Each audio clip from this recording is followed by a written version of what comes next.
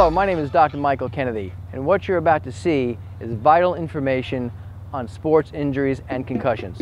Injuries that happen to athletes every day during recreational sports, competitive sports, and now I know this because I see them every day in my office. And let me emphasize, Governor Cuomo just recently signed head concussion legislation to protect student athletes on September 17, 2011, because secondary concussions have occurred over and over again in athletes. Now you'll see highlights of a presentation that I made on Long Island. The full presentation is available on my website. Now, one more important point. The bottom line is we need to protect our young athletes. So let's begin. Introduce to you Dr. Michael Kennedy.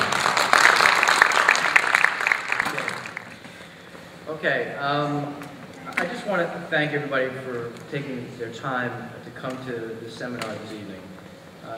And I just really mean it's a true honor and privilege for me to be here in the community, for me to talk about this subject, gain awareness on concussions and head trauma in athletes. Why I bring you back to these kinds of pictures that have occurred.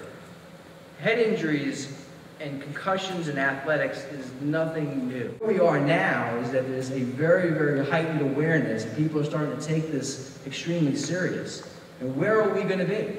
And what are we going to do to continue to prevent repetitive concussions and people going back and athletes going back prematurely to prevent either an acute devastating event or long-term brain injury? Tonight is going to talk about traumatic brain injury. We're going to look at some of the statistics.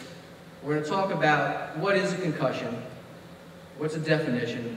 We're going to talk about the on-the-field evaluations. We're going to touch on the up-to-date legislation that's come out about protecting student athletes, and touch on as well as the post-concussive long-term effects, and also what the future holds. They get injured again and go back and play, say, football, and they're doing a travel lacrosse program maybe in the fall on a weekend, and they get hit. They got to go back and play football because that's what they got to go do.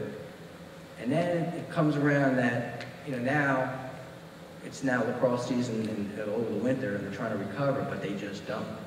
And there are several anecdotal student athletes who I know for a fact that this has happened to them, and then by college they just did not play.